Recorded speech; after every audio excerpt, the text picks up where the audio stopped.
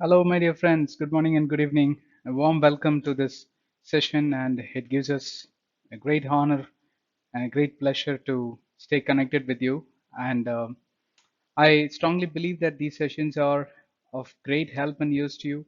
You need any new chapters or topics that you require any help in life, please write to us.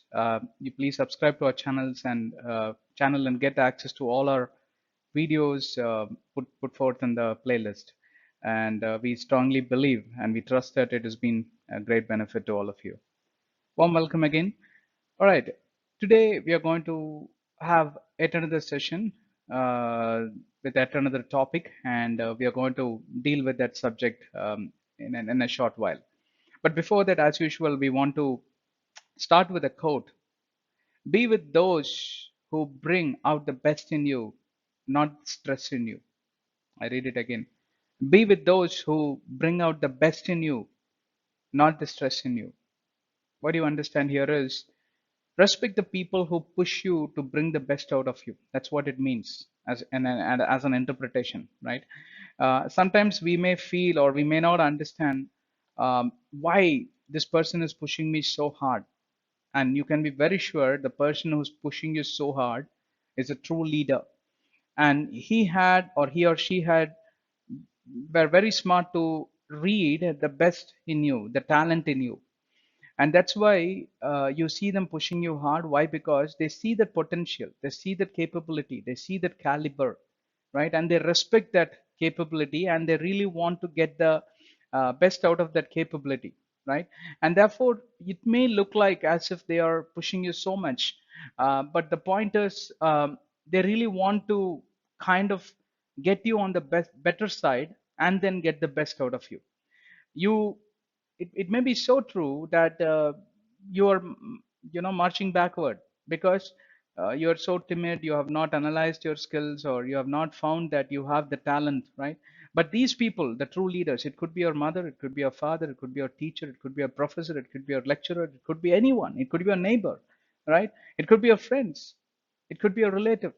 But anyone who's always emphasizing you do this, do that, do this, do that, and you count them as villain, or you count them as the the worst people that you've ever met in your life, because each time I meet, or each time they meet, they're asking me to do this. I don't like this bossing character. It's not bossing. Yeah, you should be able to distinguish what is bossing and what is not bossing. But many a times it may look like as if they're bossing over you, but actually they aren't. They are trying to get the best out of you. Let me narrate a simple story, a very beautiful story, and we will then get into the session, right? A little bird in Russia, I don't know why they picked that country, Russia. Okay, anyway, it's a story. Refused to join the pack which was flying south for the winter. Now you understand why it's Russia, right? It refused to listen to its parents and elders in the family, thinking it can be a very tough journey, right? And this little bird didn't understand why these people are asking. Then the winter came, and it didn't migrate. The little one alone got stuck there because it refused to be obedient. Whereas the rest, all of the relatives, including their parents, including the little one's parents, they all fled away. They flew away to a different place. And it was so cold, so the bird was freezing in that winter, and then fell to the ground covered with snow. It was freezing and counting its last breath, right? It was able to even feel the heartbeat because it was just getting towards the end of the days, end of the breath. Then, luckily, a cow came by, a cattle came by, and it dropped some dung on the bird. Luckily, the nostrils were spared, is what I assume, right? And this dung, the pile of cow dung, warmed the bird, right? From the chill weather outside, the frozen weather outside, and brought it back to life, right? And it lay there all warm and happy, and soon began to sing for joy. It should have stayed quiet, isn't it? But it started singing for joy, right? A passing cat heard the bird singing, took the bird out of the pile of cow dung, and ate it up. What is the moral of the story, beloved? There are various morals that you can extract, but there are two or three things that we want to say. The moral of the story are the following: do not discount or ignore or be negligent when experienced people advise you who care absolutely for your success and for your well-being. That's the moral number one, moral of the story number one. Secondly, not everyone who shits on you is your enemy, right? I'm using that bad language, but the dung which fell on you is not your enemy, right? What I mean to say is even the enemies can teach you good lesson. It may look like as if they have come for a quarrel, right? A battle, but then until the enemy had sparked you up, had sprankled you up, that you never knew that you were a person who was bound to all kind of short-tempered attitude, right? Sometimes enemies, they teach some hard lessons or tough lessons, but they get the best out of us. You will discover the real who you are. When people, good friends, they keep buttering you with their flattering lips, you may not understand what is in you, what is in store, what are the weaknesses in you. But the enemies, you need to really thank them. They get the best out of you, right? And the cow dung may look like, oh, how terrible, the bird is already getting frozen to death, but actually it did a favor. Moral number three, not everyone who gets you out of shit is your friend. It may look like the cat might have helped to drag the bird out of the shit, but no, it does. That's why I'm saying, watch out the kind of friends you're associating with, right? What kind of words they talk. Are they really flattering lips, not speaking the truth, not being very honest with you? You really need to discover that very quickly and then get delinked from such associations and get the best people, although they may talk so rude, rough, sharp, but still it's for your good. You need to find out. The last thing, when you're in deep shit, it's best to keep your mouth shut. The bird, what it did, it started singing joyously and merrily, right? But you shouldn't be doing that. Just stay quiet. Let me call up this person. Let me hang up with this person. Let me share it with this person. It spreads like a wildfire and they tarnish your image and they create more problems than solving the actual problem. Okay.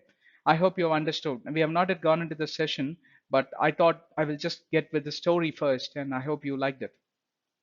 When you respect someone, whether personally or professionally, you admire and treat them well. That's the beauty of respecting the person, regardless whoever they are. You may like, you may not like. They may fall into your likes or dislikes, doesn't matter. You still need to hold to this principle of respecting yourself gives you pride and confidence. You hold yourself in high esteem and know that you are worthy of being treated well. Similarly, respect other people too with the same measure of respect you have for yourself. Don't you expect other people to respect you when they ill treat you? You don't like it at all, right? Respect for other people and ourselves is essential part of life. It's part of our system. It's part of our anatomy. It's part of the society, right? You need to understand that. Now, there was a quote by Lauren Banholt, and he says something like this: you have to give respect to get respect. Give respect and take respect. Give respect and take respect. Many people, even villagers, they know this, right? Who said this was Lauren, and it's very true. It's holding true even to this day. What is a code for respect? There are various codes, but two top codes we picked up, right? If you want to be respected by others, the great thing is to respect yourself. First of all, you see who you are and respect. Hold that respect for yourself. Only by that, only by self-respect, you will compel others to respect you and you will also respect others. Okay, that's enough for respect. What is the message behind respecting others? Right? And from whatever the moral we learned, there are few lessons we can learn or principles we can adopt. What are they? Being respected by important people in our lives, growing up, teach us how to be respectful towards others. Respect means that you accept somebody for who they are, as how they are. You don't mock them, you don't ridicule them, right? That's the way how God built them. That's the way how they were created. Even when they are different from you or you don't agree with them, their principles, their policies, their doctrines, their philosophies, you don't agree. But still, that respect doesn't lower your quality or standards or doesn't hurt them. The kind of words you speak. Respect in your relationship builds the feelings of trust. Although you disagree with them, there is a sense of respect. They will still trust you. You always disagree with somebody, but still they will trust you. What makes them trust you is that respect with which you say no, right? Even to your own parents, even to your wife, even to your husband, right? that instills a lot of safety and well-being within anyone. And that's how a good society is going to be built. A good nation is going to be built. A good democracy is going to be built. You understand? It becomes one of the pillars for any nation to prosper. All right. Now, how I can execute this kind of attitude, right? How I can bring this kind of attitude to a liveliness, how I can bring some life, or what are the principles that could help me to get this instilled in my attitude. And you know what people say, the experts say, it's called as attitude of gratitude. Have you heard this? Attitude of gratitude, thanking for everything that people did, and then naturally respect follows. These two are tightly intercoupled. Attitude. What is an attitude of gratitude? An attitude of gratitude simply means creating a conscious mindset all the time. Conscious. In India, especially, we don't tend to thank people or say sorry, apologize. But in the Western culture, it's completely opposite. For everything, you will see thank you. How are you? They greet people. How are you doing today? Right? And for even a simple thing, they will say thank you. And if, by mistake, even if they tend to think that the other person is thinking them not right, they will immediately apologize. They won't even think twice. These kind of things are missing in Indian culture. Why? Because there are diversity of culture, varieties of language, varieties of culture. India is such a vast country, completely understandable. But then we need to inculcate this habit sometimes sooner or later. Why? Because democracy is getting dissolved because of these things. Because we lack in these things, the basic steps, right? Create a conscious mindset and habit to express that thankfulness and be grateful for every aspect of your life. People come in and go. It's like a passenger train. You are the driver of your life, right? People get in, people get out, but then they bring in a lot of values. Sometimes they bring in a lot of disasters too.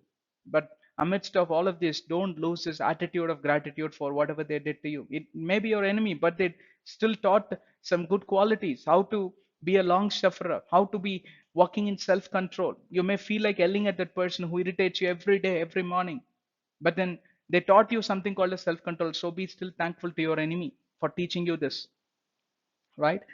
Both the things that are going well and the things that aren't, you need to be thankful for what it is. And that's life.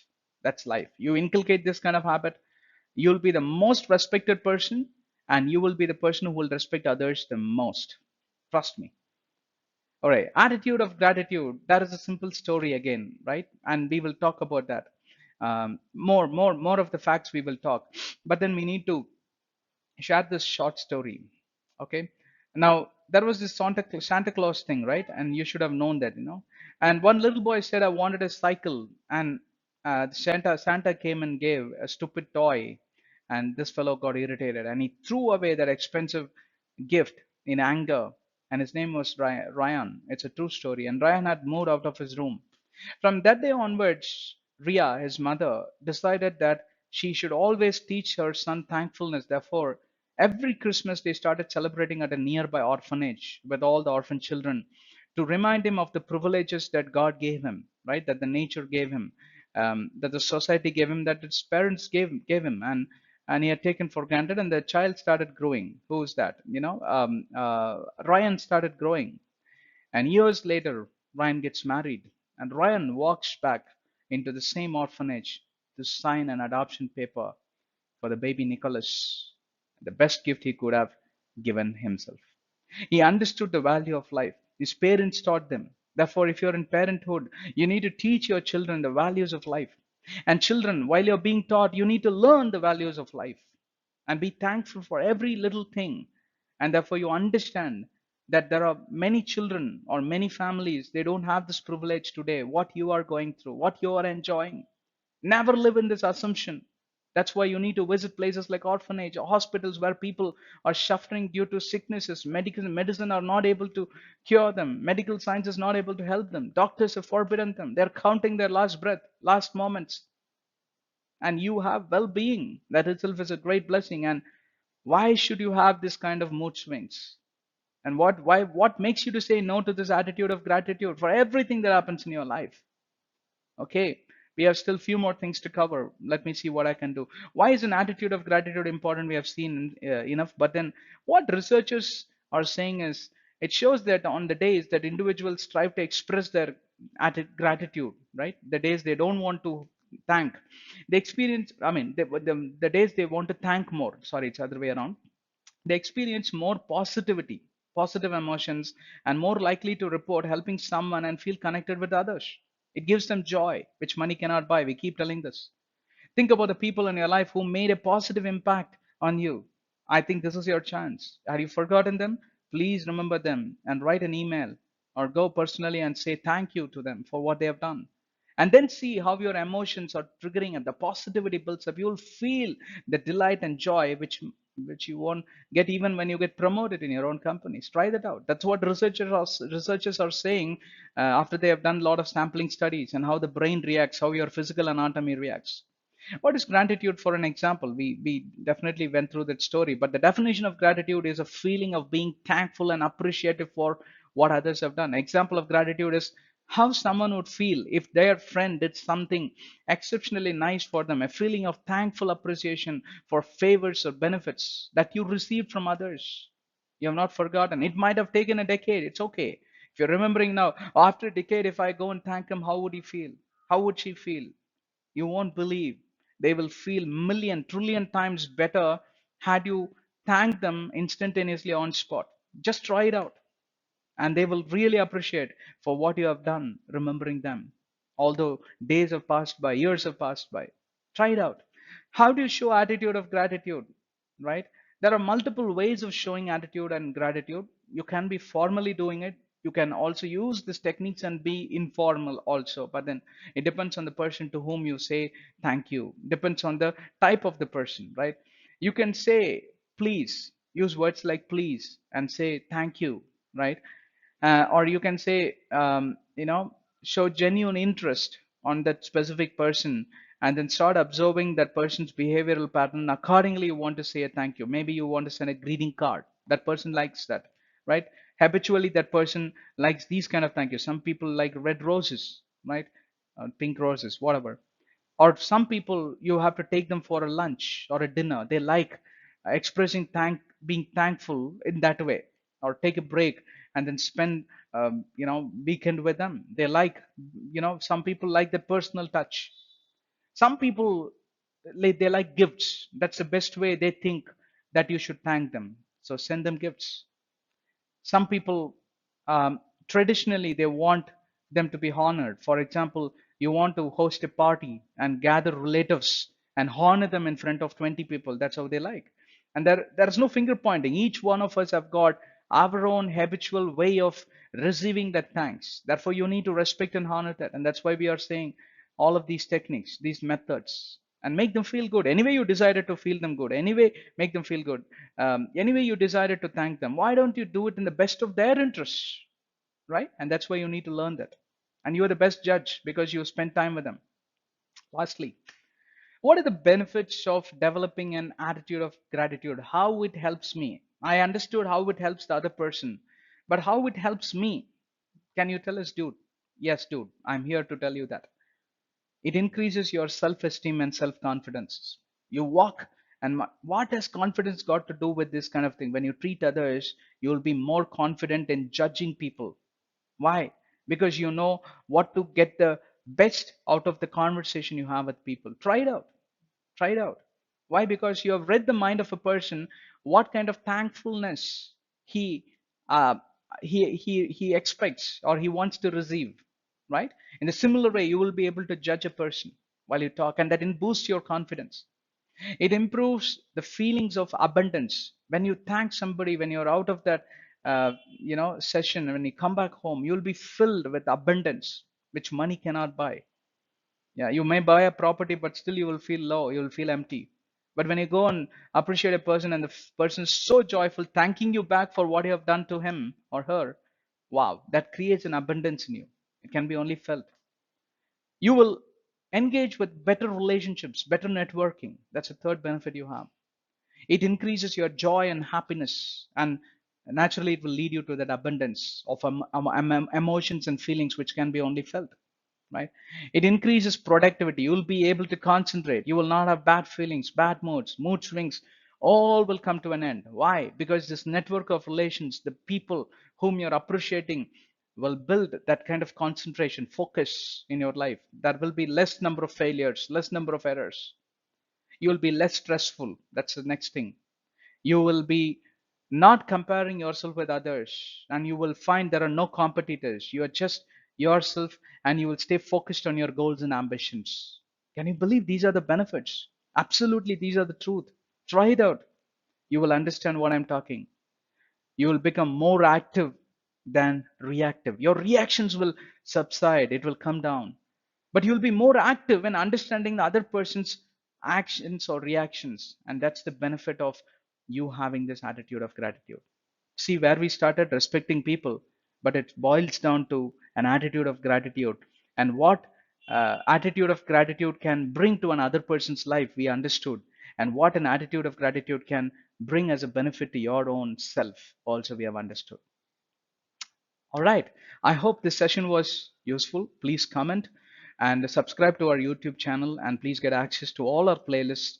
There are a lot of teachings from Bible. If you're a Christian, you can benefit from there. But if you're a non-Christian, don't worry. I'm still your friend. You can stick to the motivational series where we are not mixing anything with Bible or religion or doctrines of God or etc. etc. So you can stick to that. But you will get access to all the videos that we have uploaded, and each one of them have got a different parameter connecting to life. And our intention is help you live your life to the fullest extent, joyfully, peacefully, and lovingly, bountifully. And we want to basically help you to march forward with a blessed life. God bless you. Stay connected, and soon we will meet you with a different session. Until then, bye.